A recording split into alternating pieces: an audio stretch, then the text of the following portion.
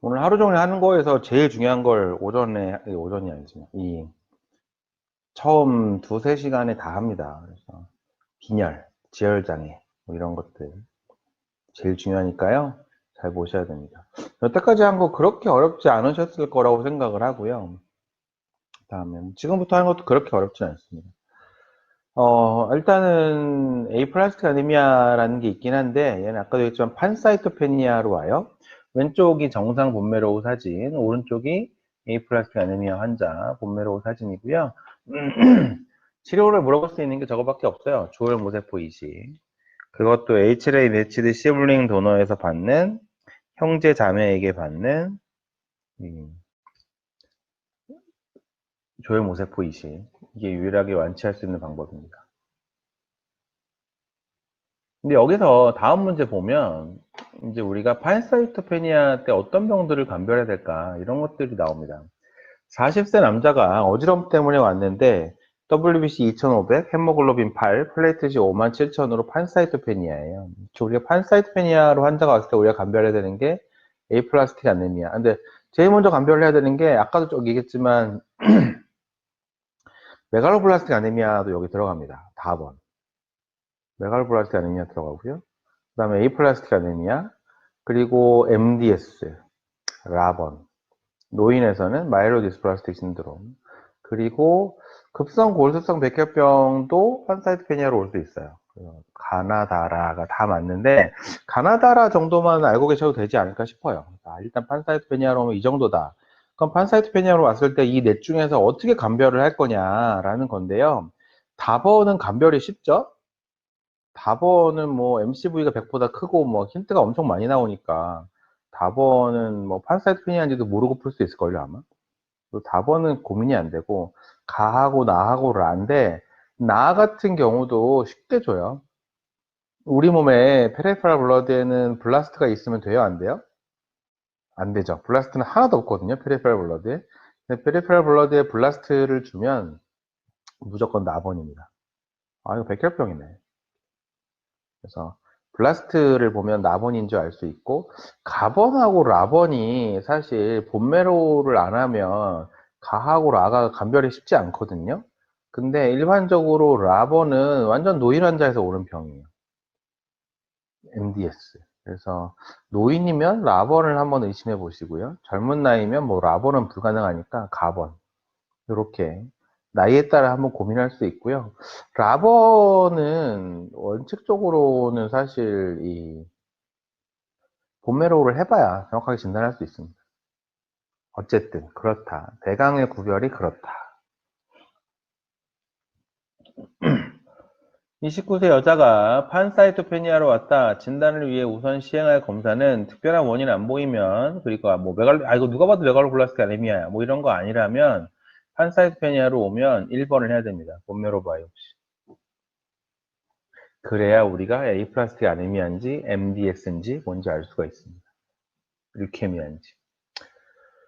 자, 골수 검사 사진이다. 판사이토페니아로 왔는데 MCV는 정상범이고요. 안 만들어지는 애고요. 텅 빈 본매로 옵니다. 완치를 위한 치료는 5번밖에 없습니다. 골수 이식. 25세 남자가 그래도 한 두 문제 나왔었네요. 25세 남자가 점점 심해지는 전신쇠약 운동 초호골란으로 왔다. 헤모글로빈 7.2, 백혈구 1200개, 혈소판 17,000밖에 안 되네요. 판사이토페니아예요. PBS와 골수 사진이다. 사진이 없어. 이씨. 가끔 이거 조작하면서 깨질 때가 있어요. 그냥 골수 사진은 이런 거 나왔다고 보시면 됩니다. 텅 빈 본매로. 똑같은 거 나왔어. A 플라스틱 아네미아. 치료는 4번. 골수 이식. 있구나. 보이는구나. 텅 빈 본매로. 65세 여자가 2달 전부터 입맛이 없어서 왔다. 재생불량성 빈혈로 이미 에이플라스틱 아네미아로 녹충 적혈구 수혈을 받아왔다. 근데 입맛이 없어서 왔다 하고 보면 아마 페리틴 엄청 높게 줬을걸요? 잠시만요. 진동 좀 끄고요.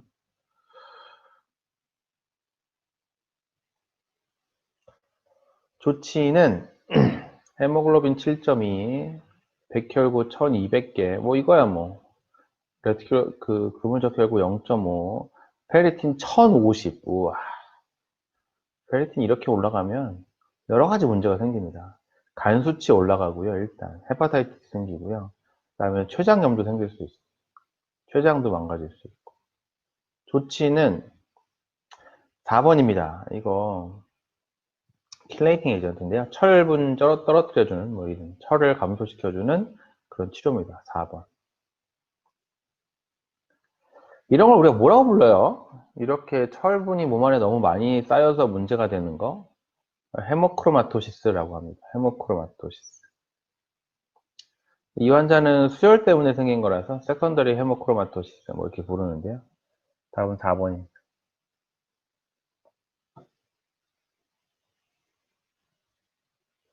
헤몰리틱 아네미아입니다. 그래서 색감 얘기는 잠깐 했고요. 시험 문제 그렇게 중요하게 안 나오니까.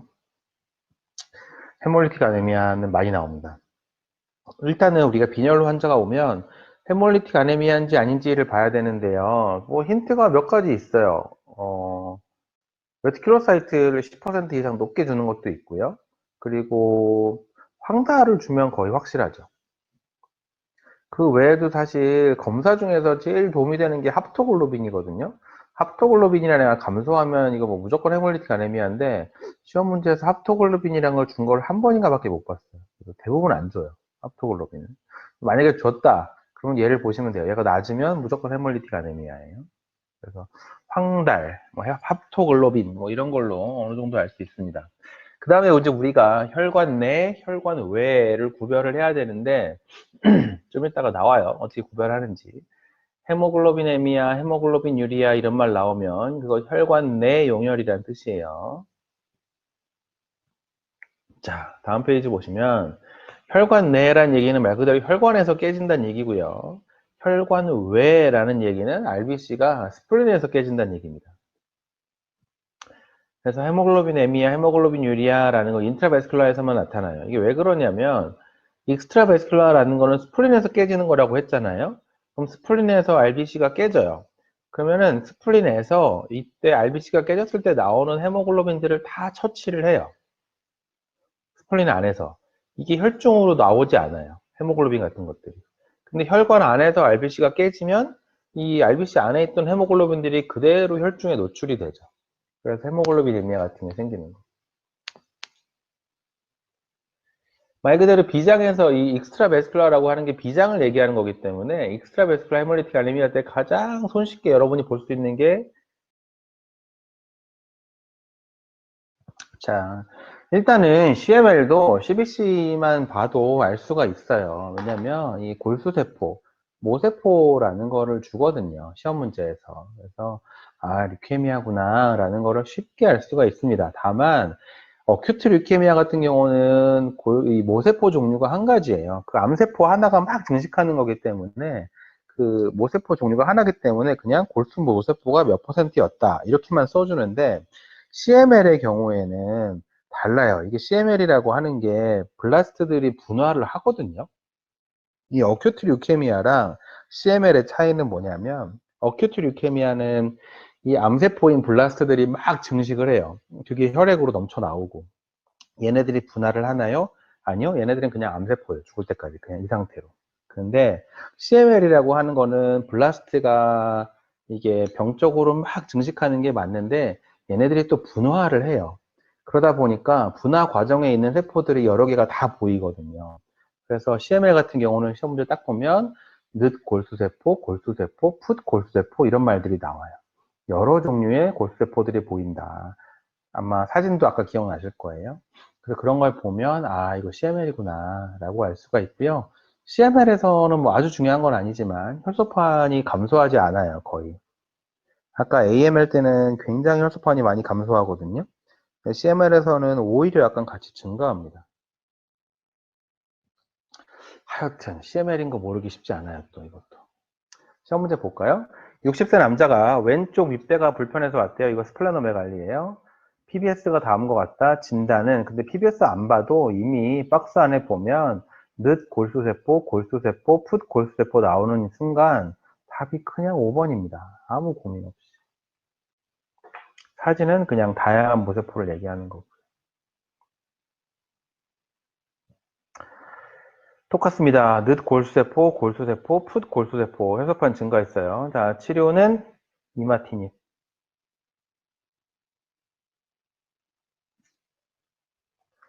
67세 남자가 건강검진에서 발견된 이상으로 왔다. 이거 어차피 뭐 줬을 거예요. 제대로 복원이 덜 돼서 그렇고. 이 질환의 예후인자가 아닌 것은 이게 답이 2번인데요. 요즘 스타일의 문제가 아니에요. 일단 아닌 것은 이런 거 안 물어보고요. 일단은 별로 나올 것 같지는 않습니다. 답은 2번 넘어가시면 됩니다. 오히려 이런 건 나올 수 있어요. CML의 필라델피아 크로모좀은 유명하죠. 4번 922 필라델피아 크로모좀.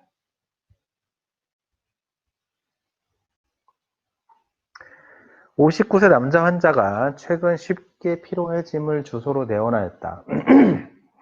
신체 검사에서 3cm의 비장 종대가 촉지되나 림프절 종대는 없었다. 혈색소 12.5, 백혈구 3만, 혈소판 47만, 말초 혈액 도말 검사는 다음과 같았다. 진단을 위한 확진적 방법은? 이거 아마 이것도 사진 보고 지금 다양하게 보여서 CML이라는 얘기인데 늑 골수세포, 풋 골수세포 이런 말 틀림없이 줍니다. 그러니까 뭐 진단 어렵지 않으실 거예요. 확진은 4번입니다. 필라델피아 크로모좀 확인하시면 됩니다. 45세 남자가 살이 빠져서 왔다. 비장이 커져 있다. 백혈구를 보니까 모세포, 전골수세포, 골수세포, 늑골수세포 다 나온다. 진단은 3번 CML. 66세 여자가 3주 전부터 발생한 피로감과 왼쪽 상복부 종괴로 왔고요. 봤더니 얘는 숫자가 보이네요. 9, 22. 혈소판 올라가 있고요. 전 골수고 후 골수고 이런 거 다 보이고요. 답은 1번 이마티닙. 65세 여자가 쉽게 피곤하고 왼쪽 배가 묵직하였다. 스플레노메갈리. 늑 골수세포, 골수세포, 전 골수세포. 조치는 1번 이마티닙. 얘는 국시에 안 나옵니다. 이마티닙을 우리가 언제까지 쓰나요? 이마티닙은요, 안 들을 때까지 씁니다. 계속 들으면 어떡하는데요? 그럼 죽을 때까지 씁니다. 이마티닙이라는 약은 CML 환자에서 쓰면은 대부분 컴플리트 레미션이 와요. 엄청 좋은 약이에요. 근데 문제는 끊으면 무조건 다시 재발해요. 그래서 계속 씁니다. 언제까지? 안 들을 때까지. 그래서 결국 이마티닙을 쓰고 있는데 안 들었어요. 이마티닙에 이제 내성이 생겼어요. 어떻게 할까요? 라는 거거든요. 그때 우리가 T315I 뮤테이션이라는 걸 봐서 이게 양성이면 골수 이식을 하고요. 이게 음성이면 이제 다른 약으로 바꾸거든요. 뭐 그런 내용인데 학생들하고는 뭐 큰 상관 없습니다.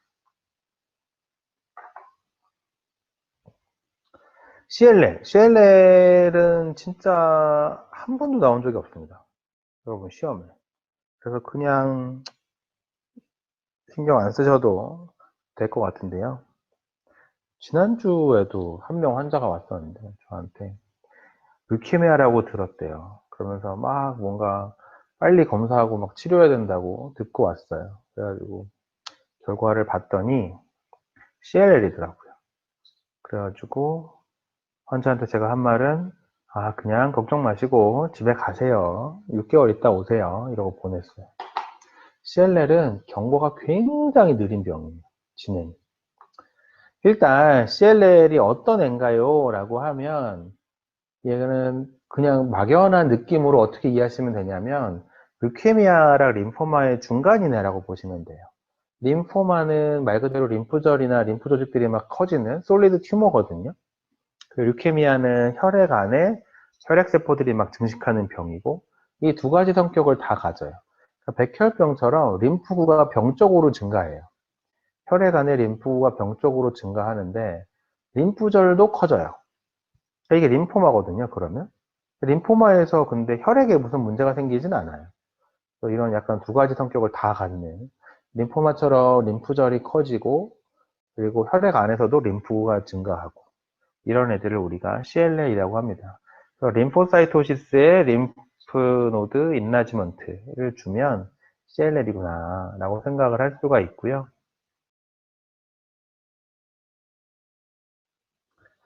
자, 세균에 대한 얘기를 이어갑니다. 그래서 그람 양성과 음성이 있고요. 티피컬한 박테리아에 그람 양성은 보시는 것처럼 보라색, 그람 음성은 빨간색이고요.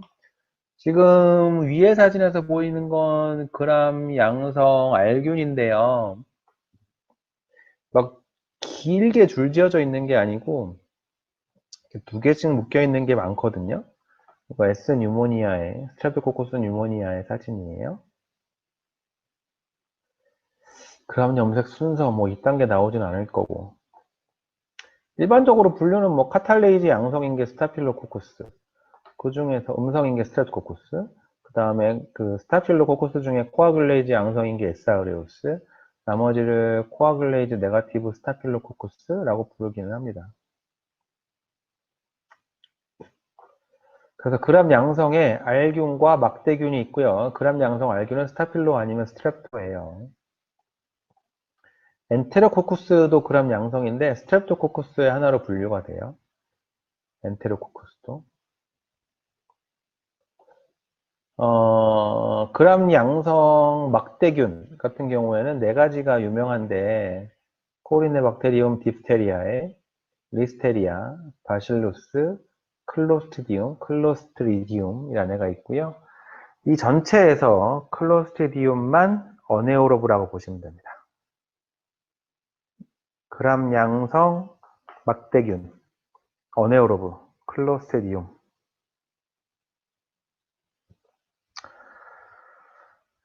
에스아우레우스의 톡식 시작 신드롬. 그러니까 우리가 스타필로든 스트랩토든 이런 감염이 있으면서 톡식 시작 신드롬이 나타날 수도 있는데 톡식 시작 신드롬을 시험 문제 줄 때는 일단 래시를 안 줄 수가 없어요. 3번. 디퓨즈 마큘라 래시, 디스코아메이션이 있을 수도 있고요. 피부가 막 벗겨지면서 래시가 쫙 깔리면서 혈압이 떨어지면 일단 톡식 시작 신드롬으로 의심을 합니다. 그래서 뭔가 그람 양성 알균 감염이 의심이 되는데 이렇게 피부에 빨갛게 썬번 래시가 생기거나 피부가 벗겨지거나 하면서 혈압이 떨어지면 톡식 샥 신드롬이라고 합니다. 그래서 우리가 이렇게 피부가 벗겨지는 걸 니콜스키 사인이라고 하거든요. 살짝만 문질러도 피부가 벗겨지는 거. 스타필로코칼 스케일드 스킨 신드롬이라고 하고요. 혈압까지 떨어지면 톡식 샥 신드롬이라고 합니다. 치료는 일단 뭐 이 톡식 샥 신드롬에 대한 치료가 특별한 게 있는 건 아니고요. 이 에스아우레우스 치료를 기본적으로 알아두셔야 됩니다. 그래서 메치실린 센시티브한 경우는 나프실린, 옥사실린, 뭐 메치실린 써있는데 옆에 세파졸린도 쓰세요. 세파졸린도 돼요. MSSA는 나프실린, 옥사실린, 세파졸린. MRSA는 무조건 반코마이신. 그래서 에스아우레우스가 나왔다고 하면 무조건 이거 옥사실린만 보시면 돼요. 다른 거 관심이 없어요. 볼 필요도 없고 옥사실린만 보세요. 그래서 옥사실린이 리지스턴트에 그러면 이거 MRSA인데? 라고 생각을 합니다. 그럼 답은 3번이죠. 반코마이신. 봤더니 옥사실린에 센시티브해. 다른 거 페니실린, 암페실린 볼 이유가 없어요. 옥사실린에 센시티브하면 이거는 MSSA라고 봐야 되고요. 이거는 잘못 낸 문제예요. 2번하고 3번을 같이 줄 수 없어요. 절대. 2번, 3번 다 답이 됩니다. 이 문제 답은 아마 2번으로 나왔을 텐데 3번은 틀렸다고 하기에는 너무 힘듭니다.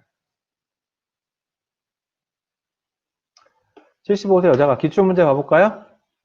열이 나서 왔다. 황색 포도 알균이 자랐다. 옥사실린에 센시티브하다. MSSA. 그러면은 뭐 세파졸린, 옥사실린, 나프실린 이런 거 중에 고르면 됩니다. 1, 2, 3, 4, 5번 중에 몇 번이 답이라고요? 2번 세파졸린이 답입니다. 4번 고르면 틀려요. 아니 어쨌든 선생님 저 이제 이해가 안 되네. 방코마이신도 듣는다고 돼 있잖아요. 그럼 방코마이신을 써도 이 환자는 되는 거 아닌가요? 굳이 뭐 쓰면 안 되는 게 있나요?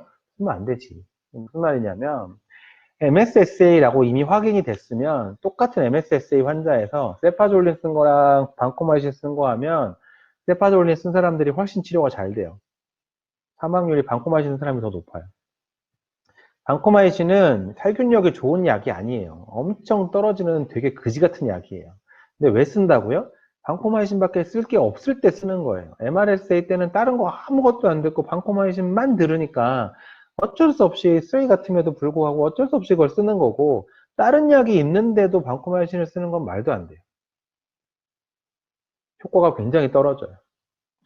그래서 MSSA에서는 반코마이신을 고르면 틀립니다. 옥사실린 센시티브 하니까 2번을 고르시면 됩니다. 세파졸린. 자, 파상풍이고요. 뭐 클린 마이너 운드는 지금 이 사람은 파상풍 안 걸린다는 얘기니까 뭐 이 파상풍 예방접종 맞은 적 없는데요? 그럼 맞아. 맞은 지 10년 넘었어요. 그래도 맞아야 돼. 부스터 백시네이션. 더티 운드예요. 뭔가 파상풍의 가능성이 있어. 근데 옛날에 예방접종을 제대로 안 했어. 그럼